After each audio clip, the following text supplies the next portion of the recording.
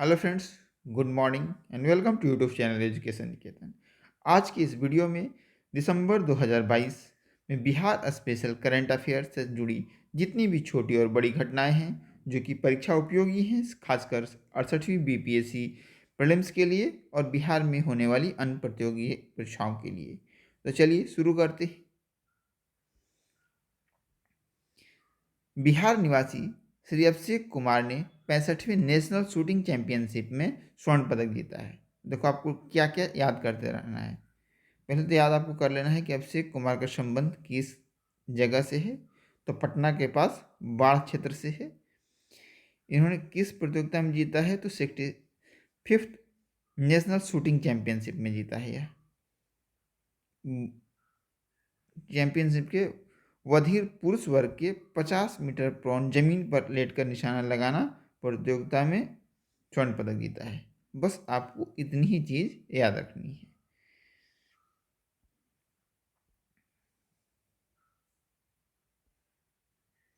अगला है, बिहार के नए डीजीपी राजविंदर सिंह भट्टी को बनाया गया है।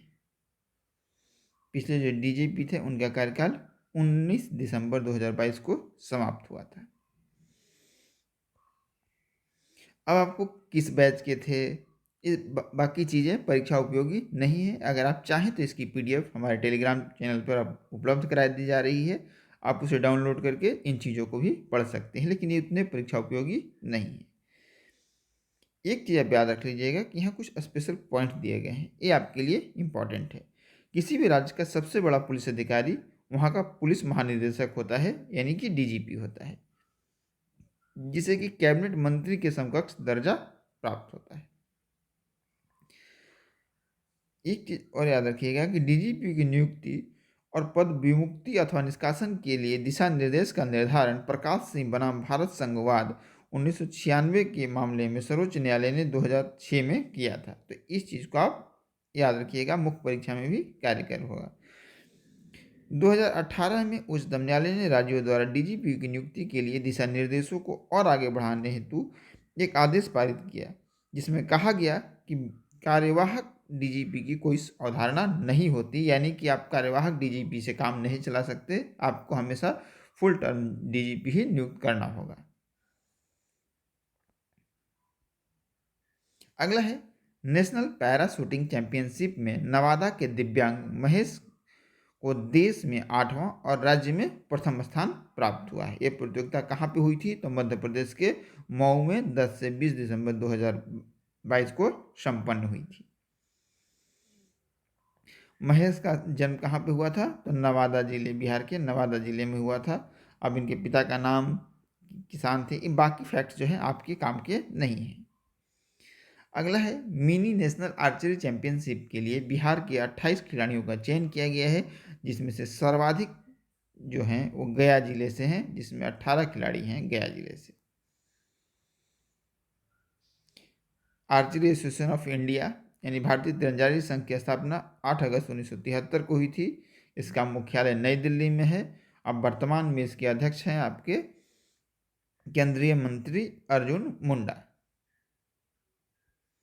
अगला है, सहरसा की Lakshmi Jha Everest base camp पर पहुंचने वाली बिहार की पहली महिला बनी है। इस तरीके के न्यूज को प्रश्न बनने की संभावना काफ़ी अधिक होती है, तो आप इसे भी लगा लीजिए। हाल ही में बिहार के सहरसा जिले की लक्ष्मी झा ने केवल 9 दिनों के अति अल्प समय में ही नेपाल में अवस्थित माउंट एवरेस्ट बेस कैंप पर पहुंचने वाली बिहार की पहली महिला बनने का गौरव प्राप्त किया है। तो नाम याद रखिएगा, लक्ष्मी झा कहाँ की हैं? सहरसा बिहार की। माउंट एवरेस्ट की ऊंचाई कितनी है समुद्र तल से? तो 8,848.86 मीटर। यह दुनिया का 7वां सबसे घातक पर्वत है। अब पहली महिला कौन थी? बछेंद्री पाल थी। कब चढ़ाई की थी? तो 1984 में। अगला देखते हैं, ये भी क्वेश्चन भी आई है, आप इसे वेरी इंपॉर्टेंट की श्रेणी में लगा लें। लोक गायिका मैथिली ठाकुर को बिहार राज्य खादी ग्रामोद्योग का ब्रांड एम्बेसडर बनाया गया है। पहले जो हमारे नेता हैं बॉलीवुड के पंकज त्रिपाठी, उन्हें भी बनाया गया था। अब मैथिली ठाकुर, जो कि यूट्यूब स्टार हैं बिहार की, इनकी फैन फॉलोइंग बहुत ज़्यादा है, इन्हें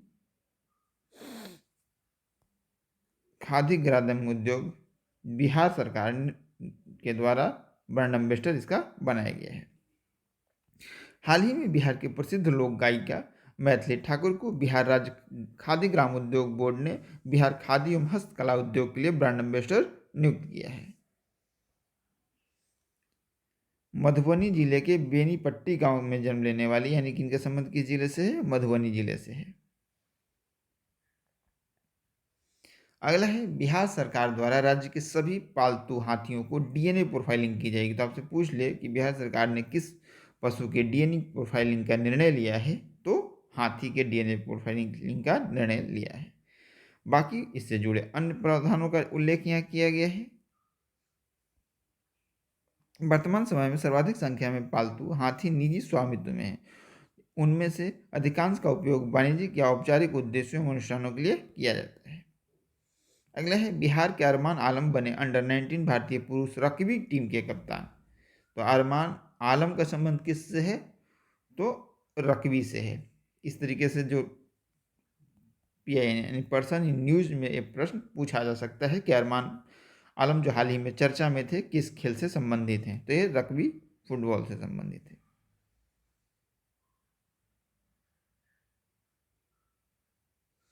अगला है, ये भी बेहद इंपॉर्टेंट है। जिन फैक्ट को मैं बोल रहा हूँ कि ये परीक्षा दृष्टि से उपयोगी हैं, इसे आप जरूर याद कर लेंगे। डिजिटल डिवाइड में न्यूनतम इंटरनेट वाला राज्य रहा है बिहार। ये रिपोर्ट किसके द्वारा जारी की गई थी? तो ऑक्सफैम इंडिया के द्वारा ये रिपोर्ट जारी की गई थी। रिपोर्ट का क्या नाम है? India inequality report 2022, digital divide.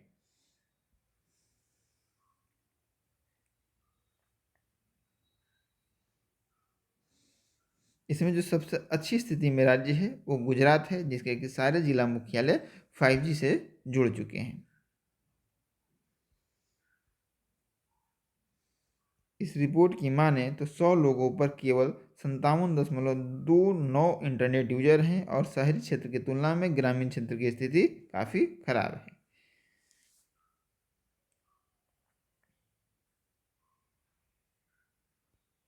इसकी टाइम पीरियड क्या है, अब देख सकते हैं।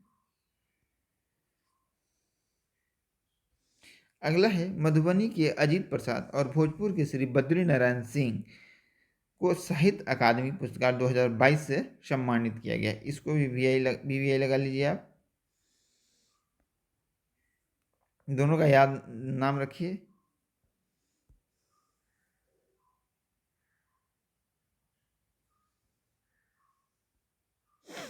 बद्री नारायण को किसके लिए मिला है? हिंदी के रचना की शैली है तुमड़ी के शब्द कविता संग्रह है। पेन ड्राइव में पृथ्वी मैथिली भाषा में अजीत प्रसाद को दिया गया है।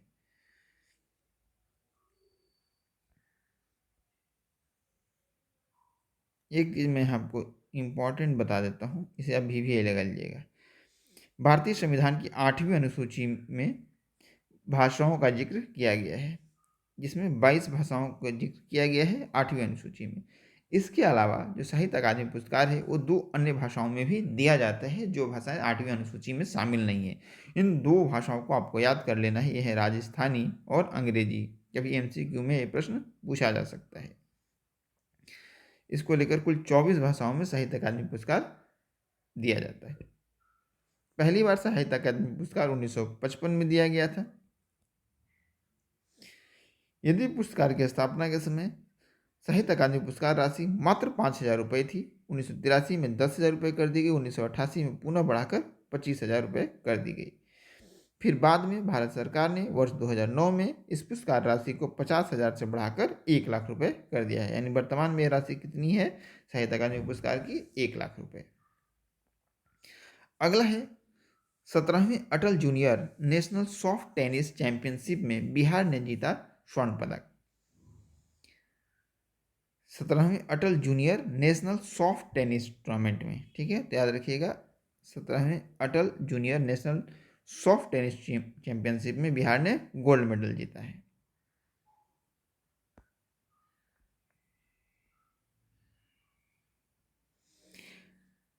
नेशनल रोलर स्केटिंग चैंपियनशिप में सानवी चौहान ने गोल्ड मेडल जीता है। ये प्रतियोगिता कहाँ आयोजित कराई गई थी? तो बेंगलोर में आयोजित हुई थी 60वीं national roller skating championship. Bihar की सानवी ने गोल्ड मेडल जीता है। ये भी बहुत इंपॉर्टेंट है, इसे भी आप याद रख लीजिएगा। वनडे में दोहरा शतक बनाने वाले भारत के चौथे बल्लेबाज बन गए हैं, बैट्समैन बन गए हैं ईशान किशन। हाल ही में टीम इंडिया के विकेट कीपर बल्लेबाज ईशान किशन ने बांग्लादेश के विरुद्ध, किस देश के विरुद्ध उन्होंने बनाया था, इस चीज़ को भी आप याद रखिएगा। बांग्लादेश के विरुद्ध चल रही वनडे प्रतियोगिता में दोहरा शतक बनाकर एक कीर्तिमान स्थापित किया। ईशान किशन वनडे में दोहरा शतक जड़ने वाले भारत के चौथे और विश्व स्तर पर यानी वैश्विक स्तर पर 7वें प्लेयर बने हैं। इन दोनों फैक्ट्स को आप याद रखिएगा, वैश्विक स्तर पर 7वें, अब भारत में देखा जाए तो चौथे प्लेयर्स हैं। आप कमेंट सेक्शन में बता सकते हैं कि इससे पहले किन 3 खिलाड़ियों ने भारत की तरफ से दोहरा शतक लगाया है। ईशान किशन का जन्म कहाँ हुआ था? पटना में हुआ था। देखो 3 खिलाड़ी आपका नाम बता देता हूँ, रोहित शर्मा, वीरेंद्र सहवाग और सचिन तेंदुलकर।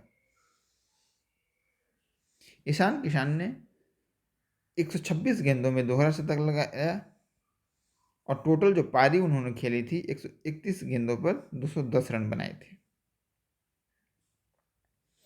और इन्होंने रिकॉर्ड किसका तोड़ा था? क्रिस गेल का तोड़ा था, जिन्होंने 138 गेंदों में 215 रन बनाए थे। ये पूरी लिस्ट दी गई है कि अभी तक किन किन खिलाड़ियों ने, किन 7 खिलाड़ियों ने दोहरा शतक लगाया है और कितने रन बनाए हैं। सबसे अधिक दोहरा शतक लगाने का रिकॉर्ड अभी भी किसके नाम है? रोहित शर्मा के नाम है। इन्होंने 3 दोहरा शतक बनाए हैं और एक दुनिया के एकमात्र ऐसे खिलाड़ी हैं जिन्होंने एक से अधिक दोहरा शतक लगाया है। एक चीज़ याद रखिएगा, इम्पॉर्टेंट है कि जो ईशान किशन हैं वो बिहार टीम से ना खेलकर झारखंड के लिए रणजी ट्रॉफी खेलते हैं, क्योंकि बिहार राज्य बोर्ड की बीसीसीआई के साथ संबद्धता समाप्त हो गई थी। 32वीं राष्ट्रीय सब जूनियर बालक कबड्डी चैंपियनशिप में बिहार विजेता बना है। याद रखिएगा कि ऐसे भी कबड्डी में बिहार हमेशा से आगे रहा है। मैथिली भाषा में साहित्य अकादमी अनुवाद पुरस्कार के लिए डॉक्टर रत्नेश मिश्र को चुना गया है। ये अलग है, साहित्य अकादमी पुरस्कार अलग होता है और साहित्य अकादमी अनुवाद पुरस्कार अलग होता है, और उसमें मैथिली भाषा के लिए डॉक्टर रत्नेश मिश्र को चुना गया है। डॉक्टर उदयनाथ झा को वर्ष 2022 का साहित्य अकादमी भाषा सम्मान दिया गया है। तो साहित्य अकादमी भाषा सम्मान किसे दिया गया है? डॉक्टर उदयनाथ झा को 22 दिसंबर 2022 को यह पुरस्कार प्रदान किया गया। अगला है पीएमसीएच पटना में फ्रांस जर्मनी की तर्ज पर बनेगा पहला ग्रीन ग्रिड। बिहार राज्य में बनने वाला ग्रीन ग्रिड अपनी तरह का पहला अनुभव प्रयोग होगा, जिसमें ग्रिड भवन पूरी तरह से ग्रीन बिल्डिंग के रूप में तैयार किया जाएगा। बिहार में ऊर्जा संचरण के क्षेत्र में पहला ग्रीन ग्रिड पीएमसीएच यानी पटना मेडिकल कॉलेज अस्पताल पटना में बनेगा। इस संदर्भ में पटना के पीएमसीएच को 260 करोड़ रुपए से अधिक लागत की सहायता से लगभग 5200 बेड के अस्पताल के रूप में भी परिवर्तित किया जा रहा है। इस फैक्ट को भी आप याद रखेंगे। इसके बाद मुख्य परीक्षा की दृष्टि से इंपॉर्टेंट है कि ग्रीन ग्रिड के लाभ क्या हो सकते हैं, इन पॉइंट्स को भी आप देख लेंगे।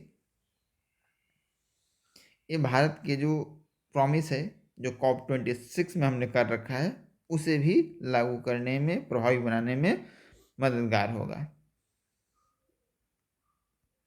COP26 का आयोजन आप सबको पता होगा कहाँ हुआ था? ग्लासगो यूके में हुआ था। और COP27 का आयोजन कहाँ हुआ है अभी हाल ही में? तो ये हुआ है आपको शर्म शेख मिस्र में, इजिप्ट में। G20 2023 का आयोजन कहाँ होने जा रहा है? नई दिल्ली में। इसे बीपीएससी ने ऑलरेडी प्रश्न पूछ रखे हैं। तो ये रहा दिसंबर का करंट अफेयर्स। अगर आपको ये प्रयास अच्छा लगे तो आप इस वीडियो को अधिक से अधिक लाइक करें, शेयर करें और चैनल को सब्सक्राइब करें। हमारी कोशिश रहेगी कि अगले 2 से 3 दिन में या इसी संडे को हम आपको जून 2022 से लेकर दिसंबर 2022 तक के करंट अफेयर्स की कंपाइलेशन इसी फॉर्मेट में उपलब्ध करा दें।